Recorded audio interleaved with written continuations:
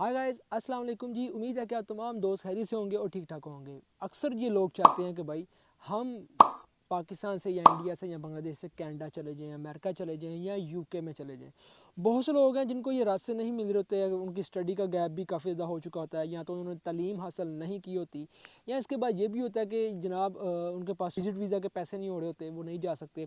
और इसके अलावा ये है कि कुछ लोग तो ऐसे होते हैं जो डायरेक्टली जाना चाह रहे हैं लेकिन नहीं जा सकते, लेकिन उनके पास और ऑप्शन होती हैं। तो मैं ये समझता हूँ कि अगर आप किसी मंजिल पे डायरेक्टली नहीं जा सकते तो आप कोशिश करें कि कोई और रास्ता अख्तियार करें जिसमें आप पहले किसी एक मुकाम पे पहुँच जाएँ, उसके बाद फिर आगे की जाने की सोचें।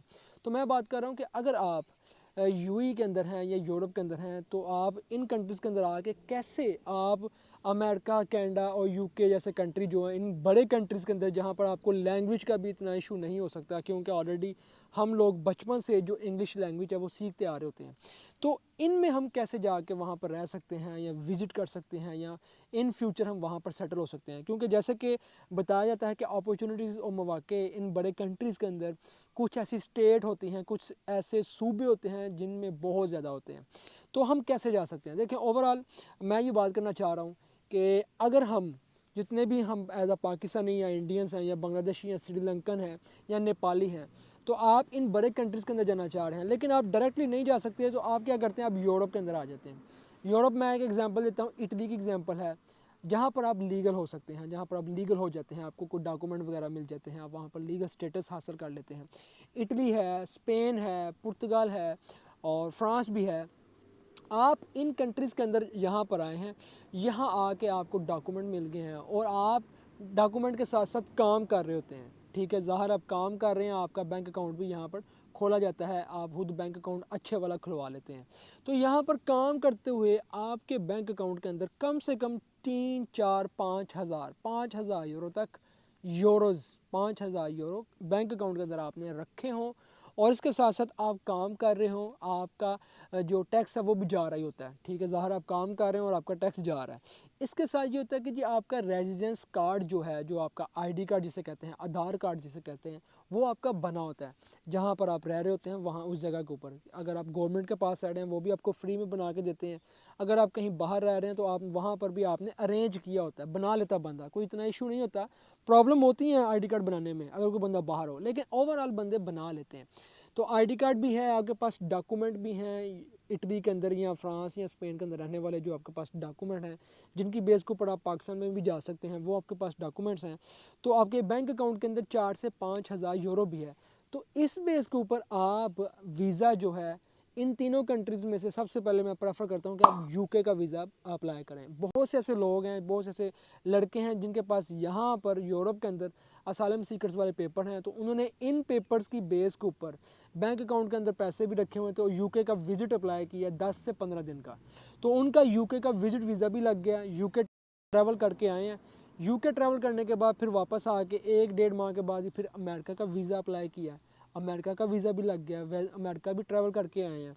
वहाँ से आने के बाद फिर वो फ्यूचर के अंदर नेक्स्ट जो ट्रैवल अपना बनाते हैं, ज़ाहिर है फिर अमेरिका कनाडा का बंदा ट्रैवल करता है, ऑलरेडी यूके से बंदा हो आता है। तो आप फिर वहाँ पर दोबारा जाते हैं तो वहाँ पर कोई ना कोई कंपनी, कोई एक कंपनी नहीं, बेशुमार कंपनीज़ हैं। आप वहाँ उन कंपनीज़ के साथ बात करते हैं कि मेरे पास इस तरह से डॉक्यूमेंट्स हैं, आप मुझे यहाँ पर काम का कॉन्ट्रैक्ट दें, मैं यहाँ पर रहना चाह रहा हूँ, लीगल यहाँ पर सेटलमेंट करना चाह रहा हूँ। तो कंपनीज़ आपके साथ लेन देन करके, ज़ाहिर उनके भी कुछ लवाजमात होते हैं, उनके भी कुछ मामलात होते हैं जो आपके साथ करना चाह रहे होते हैं, ज़ाहिर वो भी कोई डिमांड आपसे करते हैं, क्योंकि अगर हमें कुछ चाहिए तो फिर उनको भी कुछ चाहिए। तो इस चीज़ को देखते हुए वो सारे आपस में सेटलमेंट करते हैं। तो आप दूसरे चक्कर के अंदर अपना जो वीज़ा है वहाँ पर अमेरिका के अंदर या कनाडा के अंदर सबमिट कर लेते हैं। तो इस बेस के अंदर सारे प्रोसीजर के अंदर आप वहाँ पर सेटल हो सकते हैं। और सेम लाइक इसी तरह अगर आप यूएई से हैं, गल्फ़ से हैं, किसी भी कंट्री से हैं, जैसे कि बहरीन है, ओमान है, उसके बाद दुबई है, अबू धाबी है, इन कंट्री से भी बहुत से लोग हैं जो डायरेक्टली अमेरिका, कनाडा اور ان کنٹریز کے اندر وزٹ ویزا کے اوپر جا سکتے ہیں. اور بہت سے ایسے لوگ بھی میں نے دیکھے ہیں جو ان بڑے کنٹریز کے اندر جاتے ہیں اور وہاں جا کر اسائلم درج کر دیتے ہیں اور وہاں جا کر وہاں پر ہی سیٹل ہونے کی کوشش کر رہے ہوتے ہیں, واپس نہیں آتے. دیکھیں اسائلم ایک ہر ایک کا اپنی ایک اظہار خیال ہے, ہر بندہ جو چاہے کر سکتا ہے, جو سوچتا ہے کہ میں واپس نہیں جا سکتا اور اگر میں واپس چلا جاؤں گا تو پھر دوبارہ سے میں نہیں آ سکوں گا. لیکن اگر آلریڈی آپ یہ سمجھتے ہیں کہ میرا بزنس ہے, میں دوبارہ بھی آ سکتا ہوں, تو پھر آپ لیگل راستے چوز کر کے وہاں پر جا سکتے ہیں, جس میں یہ ہے کہ آپ کو پھر وہ ان چیزوں سے نہیں گزرنا پڑے گا جن چیزوں میں بہت سے مسئلے ہیں. اور یہ نہیں پتہ کہ آپ کو اسائلم کے اندر کتنی دیر تک پیپر ملیں گے, یہ نہیں پتہ کسی کو کیا بنے گا آپ کے ساتھ. تو آپ کسی بھی کنٹری میں جاتے ہیں, آپ وہاں پر جا کے سب سے پہلے تو آپ کا میڈیکل کارڈ ہے وہ آپ کا فری میں بن جاتا ہے. میڈیکل کارڈ کی بیس کے اوپر آپ کو بہت سے بینیفٹ ہوتے ہیں. اس کے بعد پھر فیوچر کے اندر آپ وہاں پر کام, سیٹلمنٹ, وہاں پر گھر لینا, گاڑی لینا, لائسنس کرنا, فیملی کو شفٹ وہاں پر کرنا, تو یہ چیزیں فیوچر کے اندر پھر آہستہ آہستہ بندے کے لیے آسانی بنتی, آسانی جو نا اس میں آتی جاتی ہے بندوں کے لیے, اور پھر آپ وہاں پر سیٹل ہو سکتے ہیں. چاہے کوئی مرد ہے یا کوئی لیڈیز ہے, تو آپ ان چیزوں کو فالو کرتے ہوئے آپ جا سکتے ہیں.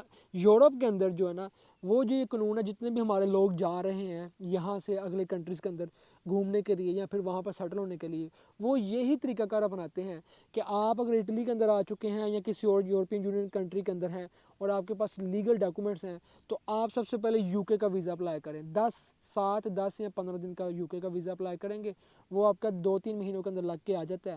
یو کے ٹریول کریں, اس کے بعد پھر آ کے آپ کینیڈا کا اپلائی کر لیں, کینیڈا اپلائی کر لیں یا امریکہ اپلائی کر لیں, تو وہ آپ کو ریجیکٹ نہیں کرتے.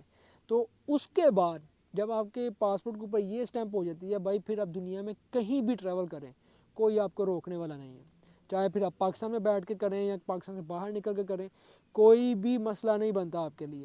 تو یہ ساری چیزیں ہوتی ہیں اسٹیپ بائی اسٹیپ, آپ نے پراپر طریقے سے سمجھتے ہوئے چیزوں کو, اور ہر چیز کو سمجھتے ہوئے کہ کیسے طریقہ کار ہے, کیا کیا چیزیں کرنی ہیں, کیا کیا مجھے چاہیے, یہ آپ کو پتہ ہونا چاہیے.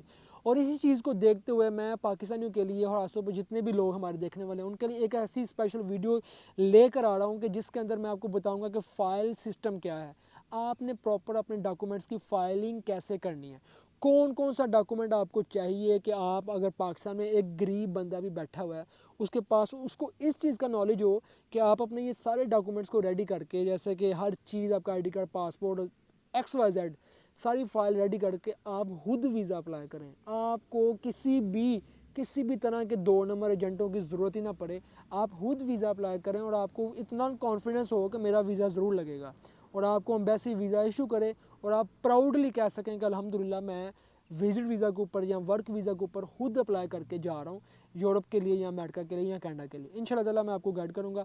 تب تک کے لیے مجھے دیں اجازت, دعاؤں میں یاد رکھیے گا. اللہ حافظ.